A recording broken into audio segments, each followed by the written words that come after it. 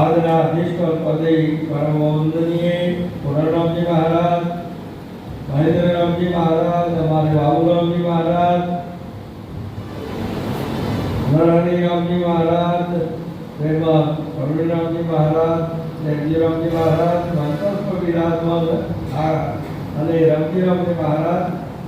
વંશસ્વ વિરાજમાન આચાર્ય ભગવંતો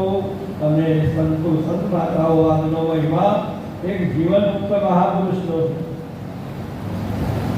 તમે જ્યાં એમ સમજો આ બધું જગતના જેવું તો ફૂટ કારનું કર્યું આજે કોઈ એવું તમારી સમજ છે જે જીવન મુક્ત મહાપુરુષ છે કોઈ દિવસ હે અર્જુન જ્યારે મને શસ્ત્ર છેદી શકતું નથી, પાણી ભેદવી શકતું નથી, જ્યારે આત્મા અધર્મ હશે એનું મૃત્યુ નથી, એ કોઈ દાડો કારના મુખમાં આવે એવું નથી, એવું સ્વરૂપ મારું છે. પરંતુ આ જે મનમુખી છે, માયામુખી છે, જીવમુખી છે, એના વાતનું જ્ઞાન નથી. એ વાતને મહાપુરુષને જે પરમાત્માને એ વ્યક્તિ માન્યો. અત્યારે કે ભાઈ પરાગણના પ્રભાત પાગલ નદીની અંદર કૃષ્ણે તેને ભારતીય બોણ માર્યું અને એમનો દેશ તૂટી ગયો. અને પણ જેની જે દ્રષ્ટિ છે એ દ્રષ્ટિ એને કૃષ્ણ અત્યારે એ મરી ગયા. અને જેને આ બોલે એના ઉપર એ દ્રષ્ટિ છે, જેને આત્મા ઉપર દ્રષ્ટિ છે એને કૃષ્ણ આદર્શ છે. જે કોઈ દાડો જાય એવા નથી, એનું શસ્ત્ર છેદી ના શકે, એ જાય એવો નથી. પણ એટલે એ જોવા માટેની દ્રષ્ટિ તમે જો કેળવી તો ગુરુ પાસેથી મેળવી નથી, અને કદી મળી શકો તમે એને કેળવી શક્યા નથી. આ બધી વાત તારની આપણે કેટલી ગોળાયા. આ બધો છે સદાયના માટે. કોઈ દાડો એ અર્જુન જગત નતું તોય હું છું, જગત છે તોય હું છું, નિવય તો હું. આ તો મહિમા આવી જ ચાલે છે. આ મહિમાનો લાવો તમે લો તો બરાબર છે. નહીં કે કોઈ આપણે બધા જતા રહો ને કોઈ આ મહિમા ખૂટે એવો આ તો સદાયના માટે નિત્ય છે. એક આપણા મહાપુરુષ એક પદ બોલેલા છે વાત, એ જગતમાં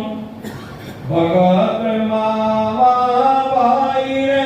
સવતી કડિયા તો કોણ ભાઈ જગતમાં.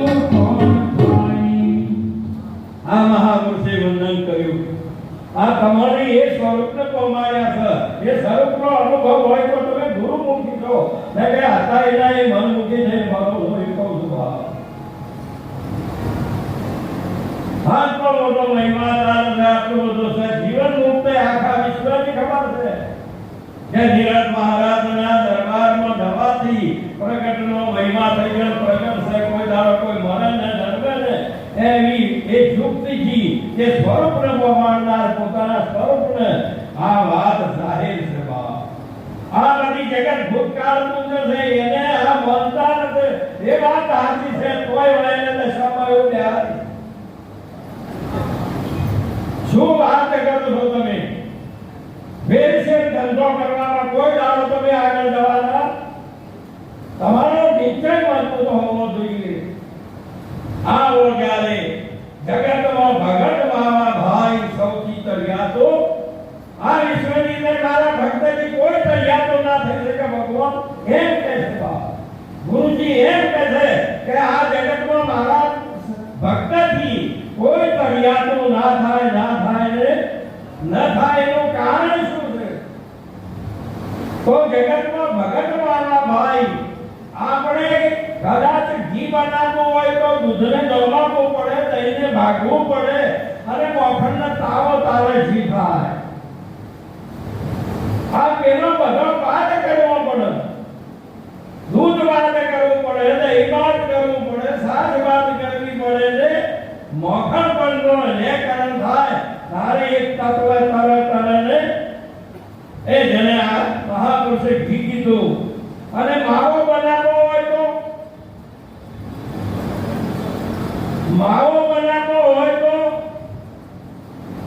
જ્યારે એને અગ્નિ ઉપર મૂકો ને તો દૂધનું એ લેકરણ મોય થાય દહીંનું એ લેકરણ મોય થાય મોખણનું એ લેકરણ મોય થાય ને ઘીનું એ લેકરણ મોય થાય તારે માવો થાય તમારો બાળ બ્રહ્મચારી આશ્રમ લેકરણ કર્યું તમારો ગ્રસ્તાશ્રમ લેકરણ કર્યું તમારો વાનપ્રસ્થ આશ્રમ લેકરણ કર્યો તમારો સંન્યાસ આશ્રમ લે કર્યો અને તમારું સ્વરૂપ તત્વ બતાવ્યું કોને માવો કહેવાય બાપ એને મહાપુરુષે માવો કીધો છે મારા ઘેર આવજો માવા અરે તમને ભાવે તો પ્રસાદ બાબા આ વસ્તુને પ્રાપ્ત કરવા માટે આ દેશ એનો છે મહાપુરુષે સંતોષ સદાયના માટે વિહંગમ માર્ગ મહાન છે એ તો ગગનમાં આકાશ માર્ગે ચાલવા વાળા છે આ ધોળી ઉપર આ ધોળી ઉપર ફર્યા કરે છે આઈ કોઠો ઈયા લાગી ઉડવા અરે ભલો મળ્યો ભમરીનો શરણે ગુરુજી એવા આ તો લોકો રોજ ગાતા આવડે છે કઈ રહેતા આવડે છે સ્વરૂપને પામતા આવડે આ વાળ થઈ ગયા હોય નાયા હોય બેઠા અરે મહાપુરુષે કીધું કે એ તો નીત અને શાશ્વત ગુરુના ચરણમાં જો તો હે અર્જુન અણુ અણુમાં હું છું તેમ તમે પણ કહી શકો છો કે અણુ અણુમાં હું છું અને એ વાત તમને ના સમજવાની હોય તો અમે ઉભા થઈને હું કરવા તમે બગાડો છો બધું વેરશેર ના કરવાનું તમને જે કોઈ વાણી આવડતી હોય તો એ ગાડી બોલી બેસી જાઓ પણ આ રીતે બગાડો મત કોઈ ડાયા હોય ન તો મહાપુરુષ આજે હાલ અસર થયો હાલ મહાપુરુષ કોઈ દાડો યાદ નથી અને જ્યાં થઈ અને હા એ મહાપુરુષની વાત સમજોણી નથી ગુરુને જોડ્યા નથી નિત્ય શાશ્વત કાયમ અરે ગુરુજીએ તો એને એવો સમજાવ્યું એક દિવસે અને એને જ્યારે સાક્ષાત્કાર કર્યો તું કોણ છે તો કે હું અનાદિ અનંત છું હમણો કોઈ વાણી બોલતા હતા ત્યારે હું નિત્ય અને શાશ્વત હું અનાદિ છું આવું જ્યારે કીધું એટલે જોડે બે કૂતરું ઉભો કે આ કૂતરું કે ઈયા નાદી કે આ મરતું કે ઈયા નાદી અરે તમે અનાદિ તો બાજુ અનાદિ તમે નો નાશ તો બધો નાશ ને મહાપુરુષે અમાર તો કોઈ જાતું નથી જેમ જેમ વાપરો તેમ હવાયું જેમ વાપરો તેમ સવાયું અનુલમ જ્ઞાન છે નરવા કૂદ હું કરો છો આમ થઈ ગયો આની એ વાતો મહાપુરુષે વ્યક્તિની કરો છો સંતની કે ભક્તની આત્માની વાત કરી શકતા નથી માટે કરી આવી સાચી વાત સાગરની કહે મોજ પ્રતાપે ગુરુમુખ વાણી છે ને એ તમારું તમામ મન બુદ્ધિ ચિત્ત ને અહંકાર આ ચારે અંતઃકરણ શુદ્ધ કરી પવિત્ર કરીને મત પાત્રમાં આ વસ્તુ આદિ આ સાચી સાચી વાત વાણી ની ખબર નથી કે સંત કઈ વાણી બોલ્યો ખબર જ પડતી નથી કોઈ ઉઠ્યા જાગે જીવનલા લે કોઈ કોણ હતું હમણાં કોઈ કહેતો તો એવો ભાગી કોણ છે એને ભજન આ તો બધા સંતો કોઈ જો હાલ લો ભાત પૂરું પાડવાની હતી આ બધા જીવન મુક્ત છે કઈ વાણી તમારે બોલી કયો સત્સંગ કરવો ભૂમિકાનો કોણ છે કે નથી ના હોય તો સંતુલા જોડે લઈને ભૂમિકાનું પહેલો જ્ઞાન મેળવતો શીખો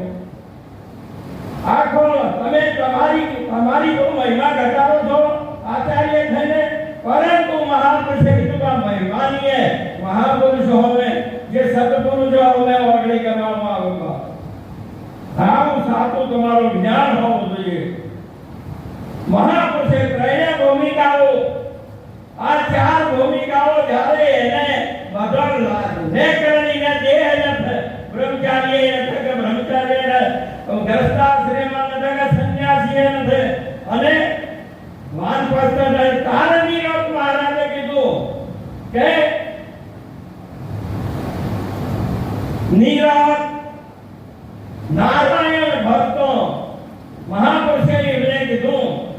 કે વર્ણા આશ્રમથી એ ન્યારા હે નીરવ જે ભક્ત છે ને મારો એ હરિભક્તનો વર્ણા આશ્રમથી ન્યારો એને એકે આશ્રમ લાગુ પડતો અને આ તો હવે બેઠા આ આશ્રમ વાળો આવ્યો આ તો તમારી પરોક્ષ ભૂમિકાઓ સુધા તમારા સ્વરૂપની નહીં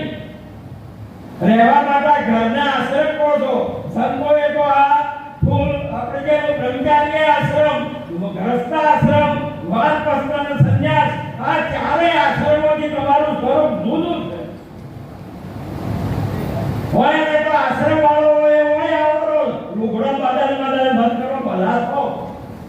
તમારે જે છે સ્વરૂપમાં સમજાય જઈ રહો આ સાચી વાતને તમે ના સમજો તો શું કરશો મહિમા 100% સાચો છે પણ તમે જ્યાં પગ રોપી નથી કહેતા તો શું કરશો શું થયું કહે હું સર્ફ બન્યું માથે મૂકી લાઈ તાતો તપેલો નેરો મોટો તાતો તપેલો મુજ પર ગોઠવાઈ જગતનો ભગત માવો આ સ્વરૂપ જ્યારે આ ત્રણે ભૂમિકાઓ ગુરુ મહારાજના ધર્મનો મહારાજ શ્રી કોઈ બોલતા હતા ઘણા ઝઘડા આઈ કઈ બેના હે તો ભળવા જ રહેતા નથી શું કરીએ સાચી વાત સમજો ગુરુજીએ પૂછ્યું કે બોલો અણુ મોટો કે મેરુ બ્રહ્મા મોટો કે વિષ્ણુ આ ત્રણે તપેલો છે મહાપુરુષે રત્ન ગુણે તપેલો ને સત્વ ગુણે તપેલો ને મહાપુરુષે કીધેલો છે કે જ્યારે તમો ગુણે તપેલો છે આ ત્રણ તપેલોનું એક આ મોટું તપેલું બન્યું છે હાય વાય આવો તો કોઈ દાડો ઠરેલા ના હોય તપેલો ને પણ જ્યારે ગુરુ મહારાજે એને જ્ઞાન આપ્યું સમજણ આપી અને એના ઉપર મૂચું તો ત્રણે એક થઈ અને મહાપુરુષે કીધેલું છે કે હરે મારા ગુણિયલ ગુરુજી મને લાડ લડાવે મારા ગુણિયલ ગુરુજી મને લાડ લડાવે લાડ લડાવે નદી પર ઉડી બતાવે લાડ લડાવે ઉડી બતાવે મારા ગુણિયલ ગુરુજી મને લાડ લડાવે મારા ગુણિયલ ગુરુજી મને લાડ લડાવે મને મેરા મોટાનો ભેદ બહુ સતાવે મને નાના મોટાનો ભેદ બહુ સતાવે આયો રે મેરુન મારા ભોર બતાવે આયો રે મેરુન મારા ભોર બતાવે મારા ગુણિયલ ગુરુજી મને લાડ લડાવે મારા ગુણિયલ ગુરુજી મને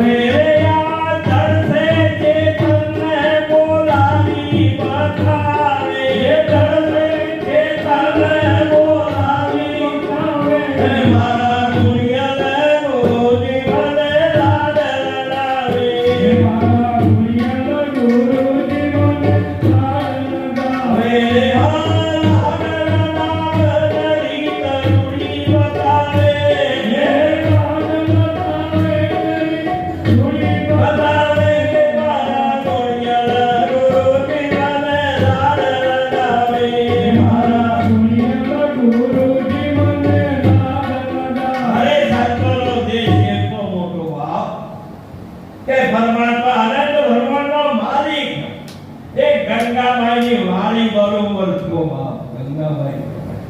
આ ગુરુજીએ પહેલો પિયારો તમને પાયો છે ખબર જ નથી હું ઘુમા કીધું છે બધું આની સાચી વાતને તમે બરાબર ધ્યાનથી સમજો અણુ મેરુને સરખા કરી દીધા બાપ એક બાજુ અનંત બ્રહ્માંડનો માલિક વાંચી દાદો ને ડાકરો તાતનો પડ્યો હતો અને જ્યારે એક રાતી ની એક વાળી બરોબર ભગવાન બે સરખા સરખાને અને એક દિવસ 1400 વર્ષનો જ્ઞાની મહાપુરુષે ગુરુ બૃહસ્પતિનો ઇલકાબ મળેલો એવા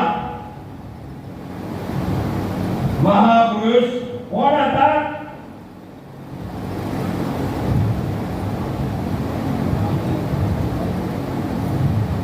ધન્યવાદ જ્યારે સોંગદેવ હતા જ્યારે 1400 વર્ષના જ્ઞાની ને તો જેટલા બધા શિષ્યો આખી દુનિયામાં બધા લોકો એના મહાન ભક્તોને હરવી દીધેલા અને એ જઈને બેસી ગયેલો અને વિશ્વ વિધાતાનો બાળકો લઈને ફર્યા અને ફરતા ફરતા ફરતા ફરતા જળપુરની અંદર આવ્યા બાપ મહારાજ કોઈ યુગ ચાલતો તો જ્ઞાનદેવનો જોત વાંચો જ્ઞાનદેવ ને મારી જગ્યા હે હું છું ને આ જ્ઞાનદેવ વંચેવો વાપરું છે આ મહાપુરુષે કીધેલું છે કે જ્યારે આવા મહાપુરુષ આટલા બધા જ્ઞાની હું કરું છું એમના શિષ્ય બેઠેલા હતા પત્ર લખવા માંડ્યા હવે જો ચિરંજીવી કહીએ લખી કે કારણ તો ચિરંજીવી કરે ને કોઈ અમર છે બાપ હવે આવો અભિમાની કાગળ ન લખી શક્યો અને કોરો કાગળ લઈને એના સેવક કરવો અને જો કોરો કાગળ લઈને જાવ ને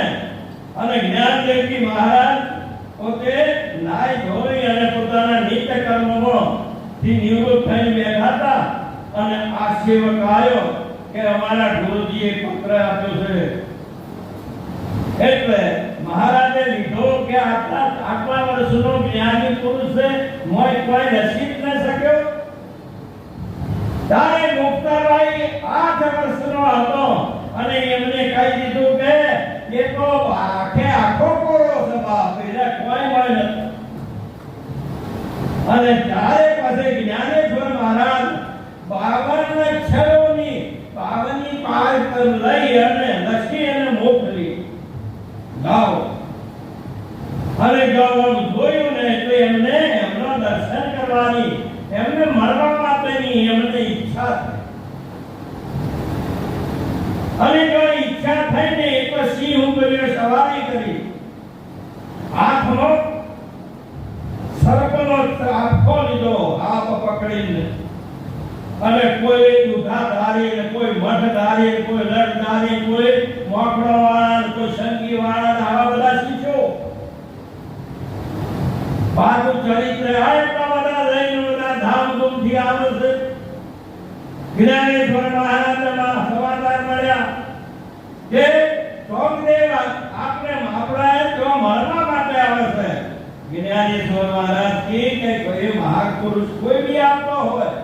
તો આપણે એનું સામે લઈ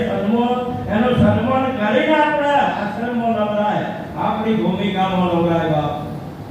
હવે જો ભાગ ઉપર આવે છે ને અને એ ઓટલા ઉપર બેઠા હતા